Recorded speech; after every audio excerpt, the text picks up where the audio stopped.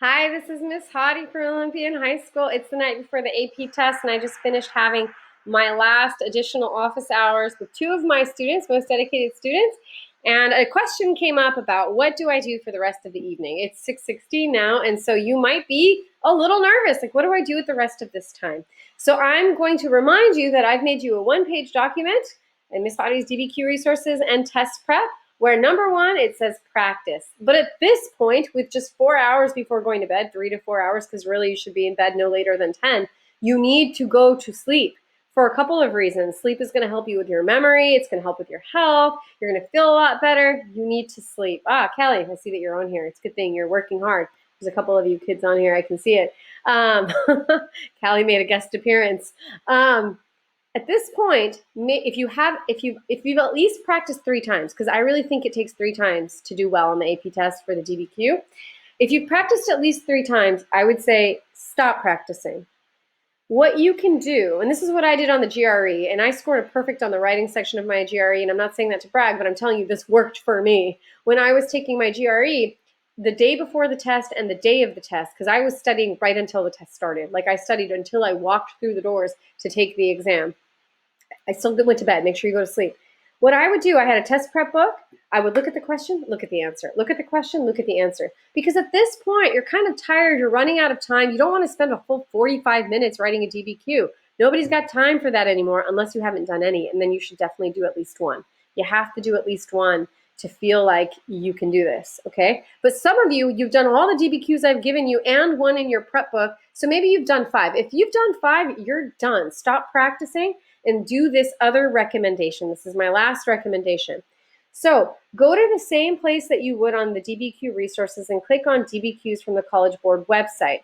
That would take you to something that looks like this, where it has the year listed, it has the free response questions, which includes the DBQ, it has how that year they scored it, because every year is different, including 2020. So I'm assuming that you guys know the rubric for 2020. So if you don't know that, stop, go back and look at the video I made you about 2020 rubric. It has what the chief reader said that year and how students scored that year. You really don't care about all this stuff. Just go to sample responses DBQ. So if you were to first look at the question, the question would look like, I'm going to move myself out of the way, it would look like, I will find it in a split second, here. And then you could like actually look at the question. So you want to get to the part that says DBQ. This is old stuff. We don't have this on this year's test. You want to get to the part that says document-based question. Now remember, none of this applies because this is an old rubric. So you don't have to do any of the things that they tell you except what you know 2020 is. So then they give you the question, which I think we did this question this year in class as a practice. Evaluate the extent to which railroads affected the process of empire building. Then they give you the documents. Now remember, this year you're only going to have 5 documents.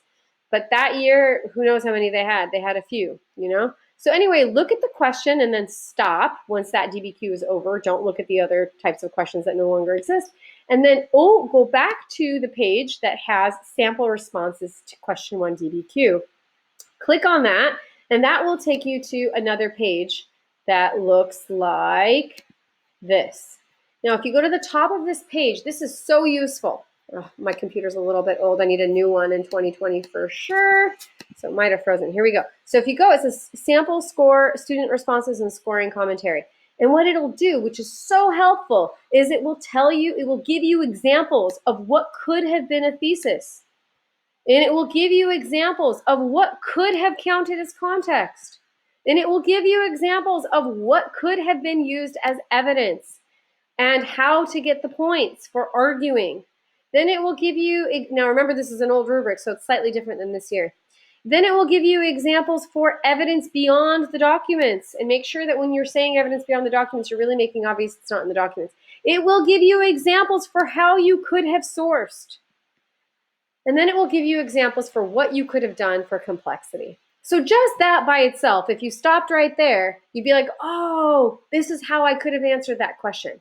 But the next thing you could do is they're going to give you all of the documents again. So in case you misunderstood one of the documents, you can check here. If you're like, I had no idea how the heck to use document 5, it'll be like, oh, this is how you could have used document 5, and this is how you could have sourced it. You could have sourced it based on the historical situation of the Great Game, for example. So if you weren't sure what that document was about, now you could look at how potentially it could have been used. Then they just say the same thing over again, but in like a written out way instead of the way that you saw earlier. And the cool thing about the way they do it here is they also give you examples of what doesn't count.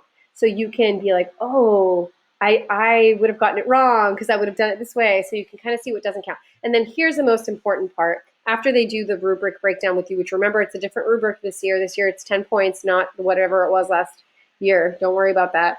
Then they'll give you actual student example essays. And again, my computer's freezing, but I swear they will give you example student essays in just a minute. They will do. I will be able to see it. But you'll see the student's handwriting, and you'll see here it'll say like 1A at the top.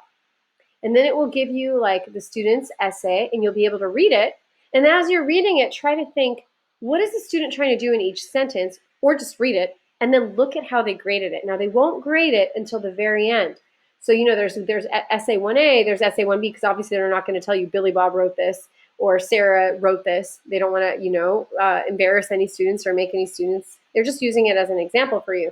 So at the very end of all the examples that they give you are all what they call a sample essays. Then they're going to describe to you why the students got the points that they did. They're going to tell you kind of how everybody did that here happened. And then they're going to say, okay, for sample 1A, the student scored 6, and here's why. The response earned 1 point for a thesis claim because it claimed that railroads served the empire building project by transporting people, that's part 1, and ideologies like racism or nationalism, that's part 2.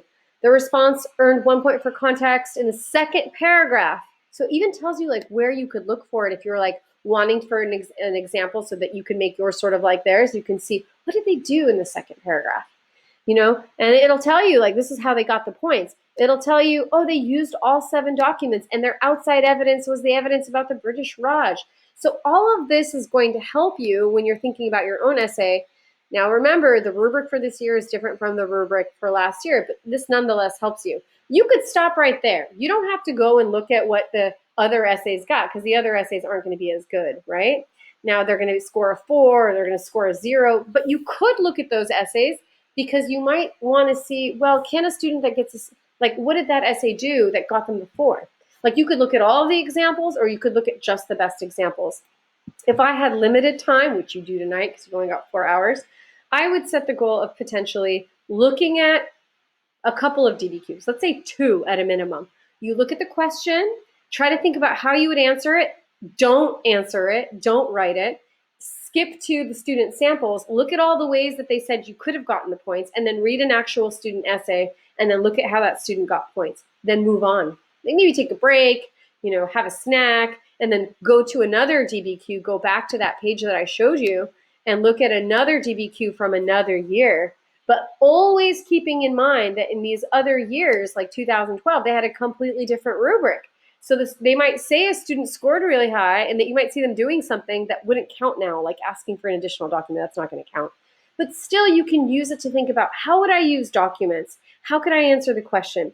The most important thing about the test that you're taking tomorrow is that you feel comfortable with DBQs and comfortable with answering the question. Whatever you do, answer the question.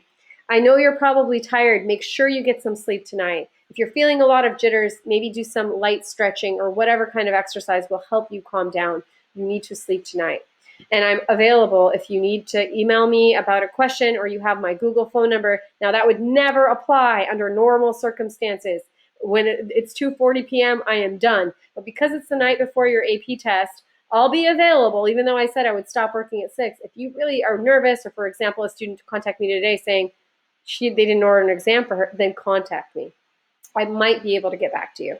Okay? So I know you guys are all going to do really well, but remember that you're getting close now. It's time to kind of wind down and sleep. Stop writing DBQs, assuming you've already written at least one.